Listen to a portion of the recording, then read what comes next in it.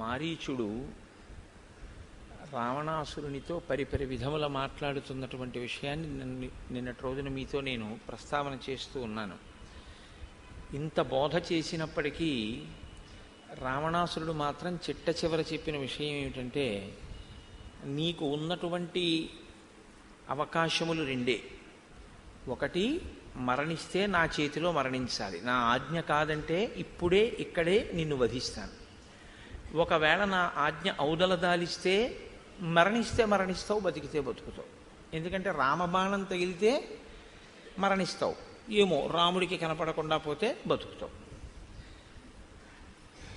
ఇప్పుడు మారీచుడు ఇంకొక ప్రయత్నం, ఆఖరి ప్రయత్నం. ఆయనకి తెలుసు ఎలాగో వినడు రావణుడని, విననివాడే రావణుడు. కాబట్టి ఇంకొక ప్రయత్నంగా, తన కర్తవ్యంగా చెప్పేటటువంటి ప్రయత్నం ఆయన చేస్తున్నాడు. కేనేదముపదిష్టంతే క్షుద్రేణాహితవాదిన యస్వామిచ్చతి నశ్యంతం స్వకృతేన నిశాచర. ఆయన అసలు నీకు ఈ మాటలు తలకెక్కించినటువంటి వాడు ఎవడు అన్నది నాకు అర్థం కావట్లేదు. ఇలాంటి పని ఒకటి నువ్వు చెయ్యని నీతో చెప్పిన వారెవరో నాకు అర్థం కావట్లేదు. కానీ నీ వినాశనాన్ని కోరుకుంటున్నటువంటి వాడే చాలా అందంగా నీతో ఈ మాటలు మాట్లాడి ఇలా చేసేటట్టుగా నిన్ను ఈ రంగంలోకి దింపాడు. కాబట్టి ఇది నువ్వు గమనిస్తున్నటువంటి వాడివి కావు. నీ హితము కోరిన వాడు మాత్రం నీకు ఈ మాట చెప్పలేదు. ధర్మమర్థంచ కామంచ యశశ్చ జయతాంబర స్వామి ప్రసాదాత్ సచివాహ ప్రాప్నువంతి నిశాచర. ఒక రాజు ఎలా ప్రవర్తిస్తాడు అన్నదాన్ని బట్టి, ఒక రాజు తన మంత్రులతో ఏమి మాట్లాడుతుంటాడు అన్నదాన్ని బట్టి మంత్రులకు కూడా ధర్మము, అర్థము, కామము నిర్ణయింపబడి ఉంటాయి తప్ప రాజే ధర్మార్థ కామములను సరిగ్గా సమన్వయం చేసుకోలేని వాడైతే, ధర్మబద్ధమైన అర్ధకామముల యందు రాజుకే అనురక్తి లేకపోతే ఆ మంత్రులు మాత్రం అలా ఎందుకు ప్రవర్తిస్తారు? మంత్రులు అలా ప్రవర్తించినప్పుడు ప్రజలు ఎందుకు ప్రవర్తిస్తారు? విపర్యయేతు తత్సర్వం వ్యర్థం భవతి రావణ వ్యసనం స్వామి వై గుణ్యాత్ ప్రాప్నువంతి ఇతరే జనా.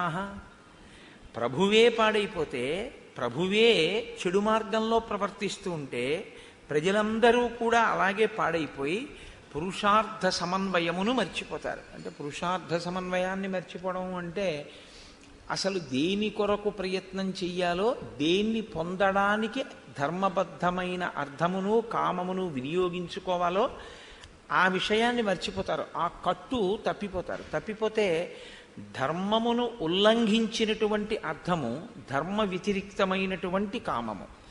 కాబట్టి ఏమవుతుందంటే అర్ధకామములు ప్రధానమవుతాయి, ధర్మము అప్రధానమవుతుంది.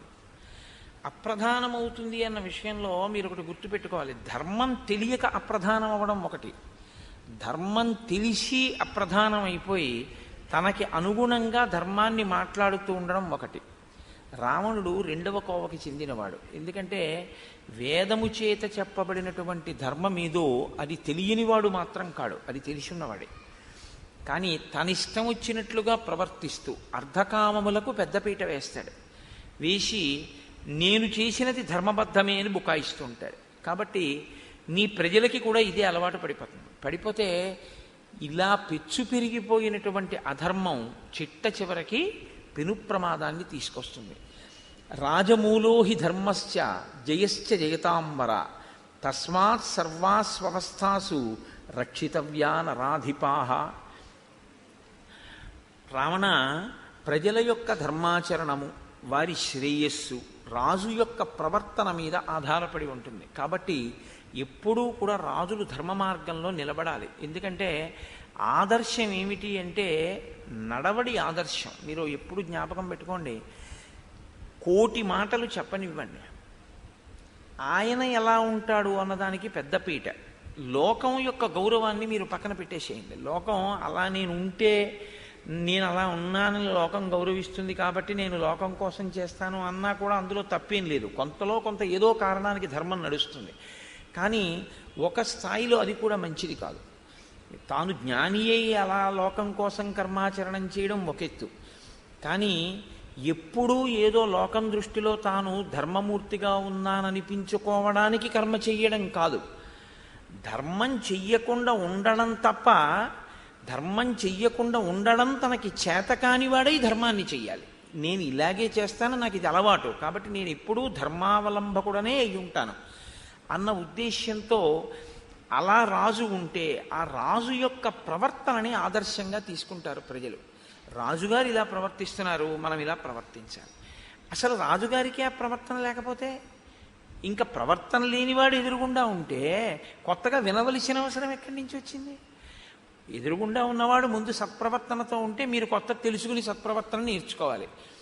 తెలుసున్నవాడే ఆ మార్గాన్ని విడిచిపెట్టేస్తే మిగిలిన వాళ్ళు ఏమనుకుంటారు? తెలుసున్నవాడే వదిలేశాడు కాబట్టి అది ఆచరణీయం కాదనుకుంటారు. అది చాలా పెద్ద ప్రమాదం.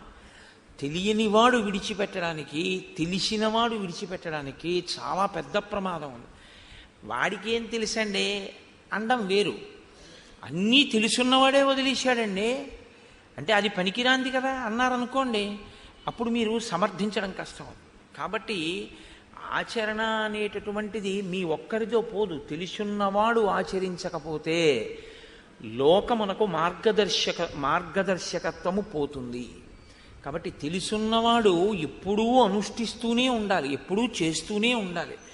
తెలియడం వేరు, చెయ్యడం వేరు. ఎందుకంటే తెలుసున్నవాడే చేయకపోతే దాని మీద విశ్వాసమే లోకానికి పోతుంది. ఆ ప్రమాదం తేకూడదు. కాబట్టి అనుష్ఠానాన్ని ఎప్పుడూ నడిపిస్తూనే ఉండాలి. ఆచరణ అన్నది ఎప్పుడూ అవసరం. ఇది లేదు రావణాది దగ్గర. ఇది లేకపోవడం ఏమవుతోందంటే ప్రజలందరికీ కూడా రావణుడు వేదం చదువుకున్నాడు, రావణుడు శాస్త్రం చదువుకున్నాడు, రావణుడు తపస్సు చేశాడు. కానీ రావణుడు ఎలా ఉంటున్నాడు?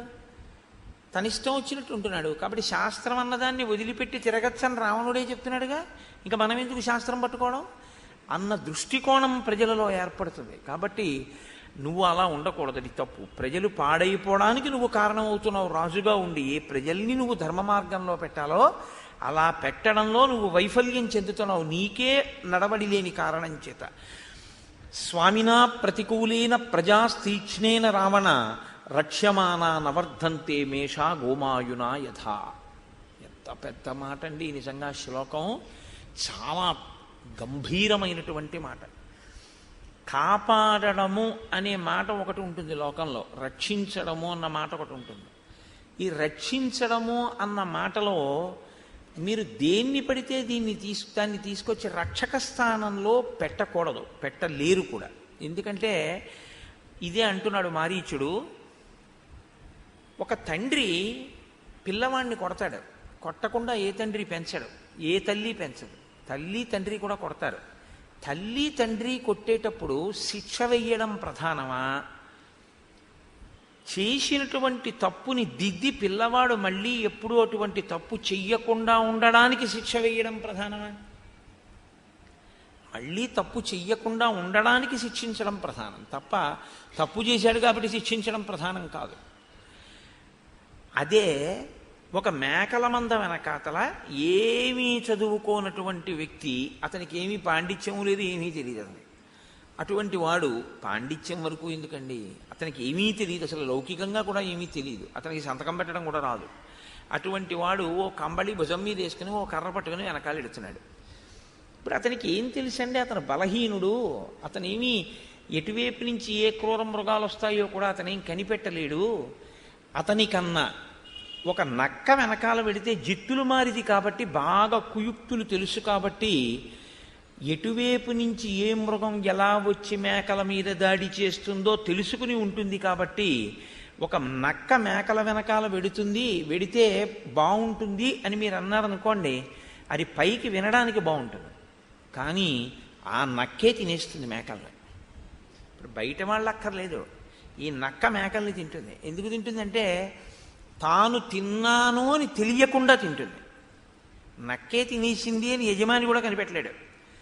తనకి ఏ జిత్తుల మారితనం ఉందో ఆ జిత్తుల మారితనాన్ని దేనికి పనికి వస్తుందంటే తను కాయవలసిన వాళ్ళని కాయకుండా తను తినేయడానికి వాడుకుంటుంది ఆ జిత్తులు. ఎందుకంటే నక్క బుద్ధి అంత, దాని తెలివితేటలు వక్రంగానే ఉపయోగపడతాయి, దాని తెలివితేటలు సక్రమంగా వినియోగపడవు. కాబట్టి రావణ, నీ వంటి వాడు పరిపాలకుడుగా ఉంటే స్వామినా ప్రతికూలేన ప్రజా తీక్ష్ణేన రావణ రక్ష్యమానా నవర్ధంతే. ప్రజలకి రక్షణ ఉండదు. మేష గోమాయునా యథా, మేకల వెనకాతల ఒక నక్క విడితే ఎలా ఉంటుందో అలా ఉంటుంది నువ్వు పరిపాలించడం. నువ్వేం చేస్తావంటే నీ ప్రజల్ని పరిపాలిస్తున్నట్లు కనపడుతుంది, కానీ నువ్వే తినేస్తావు నీ ప్రజల్ని. నీ అధర్మాచరణం వాళ్ళకి నేర్పి క్రమంగా నీ వలననే రాజ్యము ప్రజలు నశించిపోతారు. ఆ స్థితి వస్తుంది. ఇది రావణాసురుణ్ణి ఉద్దేశించి చెప్తున్నాడు కానండి.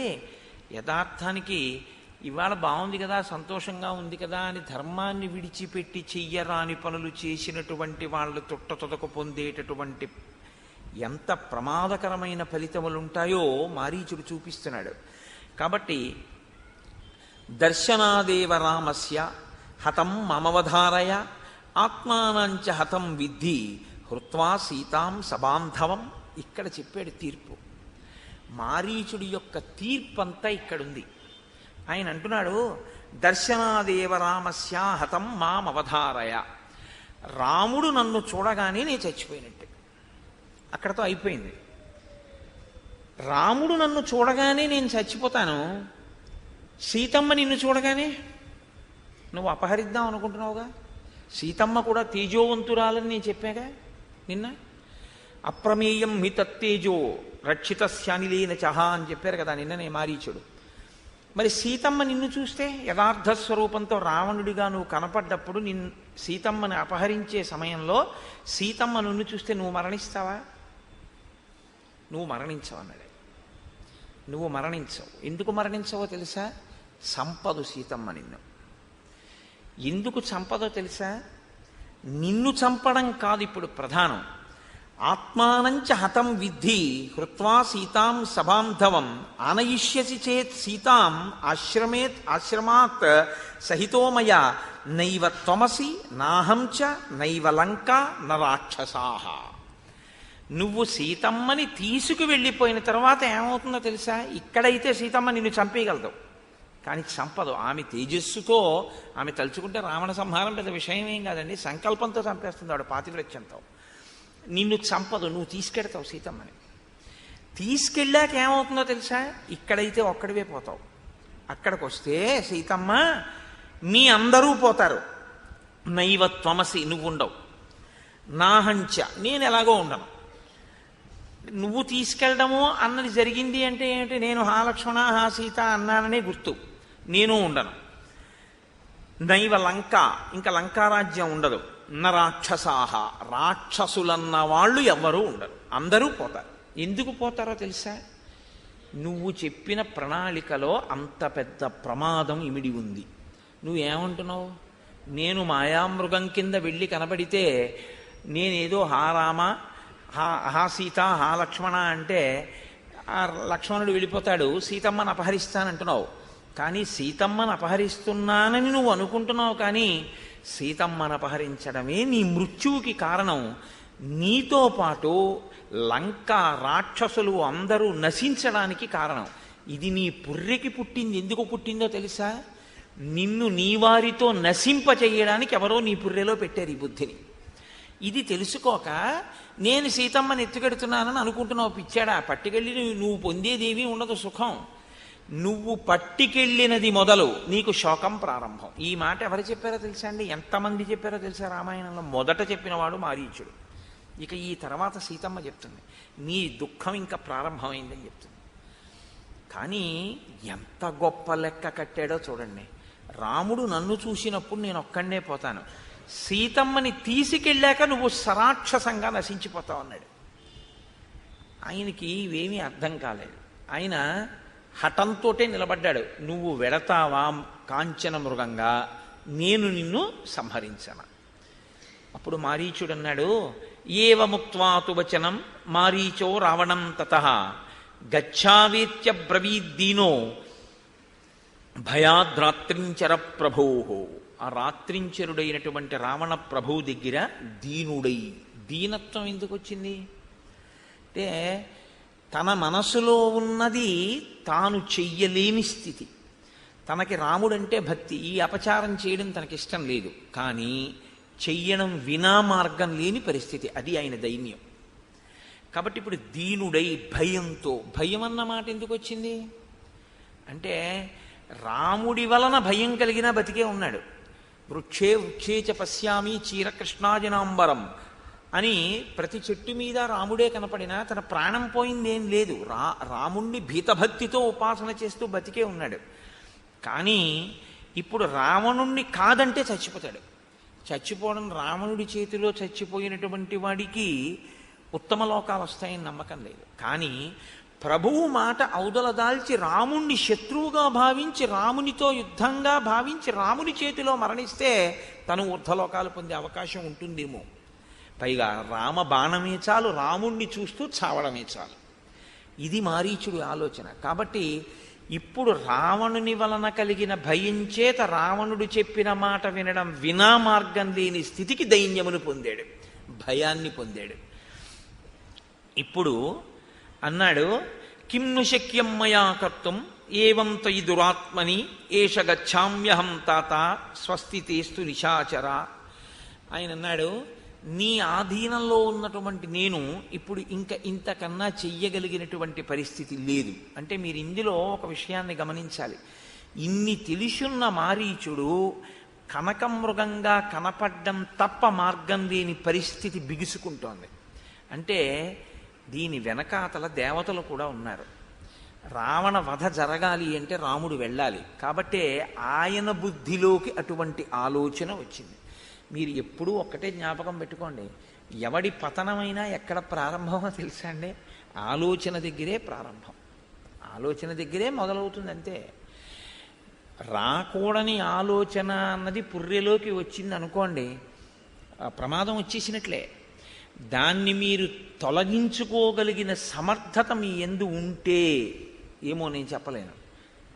అటువంటి ఆలోచనని అమలు చేయకుండా ఉండగలిగితే, అటువంటి ఆలోచనని అమలు చెయ్యకుండా ఉండలేని బలహీనతకి కానీ మీరు లోనైతే ఉపద్రవం తీసుకొస్తుంది. ఆ ప్రమాదం ఇప్పుడు ఆలోచన రూపంలోనే వస్తుంది, అంతకన్నా ఇంకొక రకంగా ఏముండదు, ఆలోచన రూపంలోనే ఉంటుంది. అందుకే ఆలోచనలు ఎప్పుడూ కూడా భగవత్పరం చేస్తే ఏమవుతుందో తెలుసా అండి? మీకు మీ వారికి కూడా రక్షణ కలుగుతూ ఉంటుంది. ఎందుకంటే మీరు ఎప్పుడూ ఒకటి జ్ఞాపకం పెట్టుకోండి, మనం అష్టోత్తరంతో పూజ ఏ దేవతకైనా, వినా సహస్రంతో పూజ. 108 దాటితే 1000. 108కి 1000కి మధ్యలో అంకెలు లేవండి, బోల్డ్ అన్న అంకెలు ఉన్నాయి. మరి ఎందుకు లేవు పూజలు? 200తోటో 300తోటో 400 నామాలతోటో 500 నామాలతో ఎందుకు లేవు? 116 నామాలతో పూజ ఒక్క శంకరాచార్యుల వారికే ఉంది లోకంలో.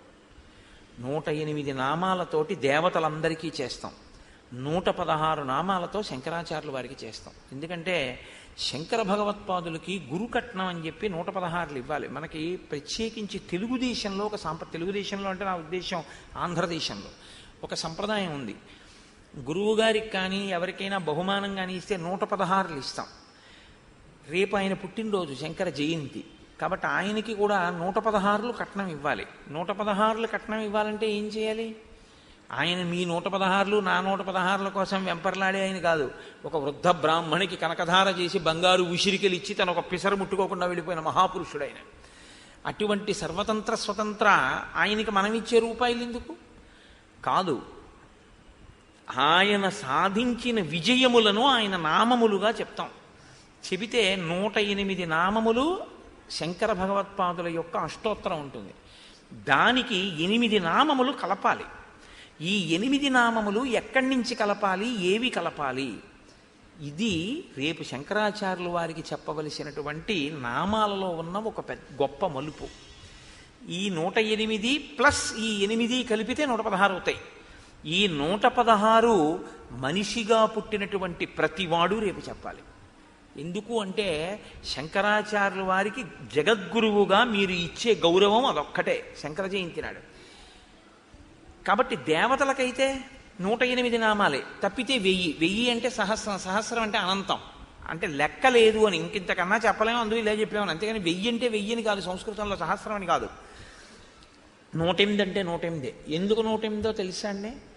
ఈ లోకంలో ఎవరు పుట్టినా 27 నక్షత్రాల్లోనే పుట్టాలి. 27 నక్షత్రాలకి 4 పాదాలు ఉన్నాయి. 20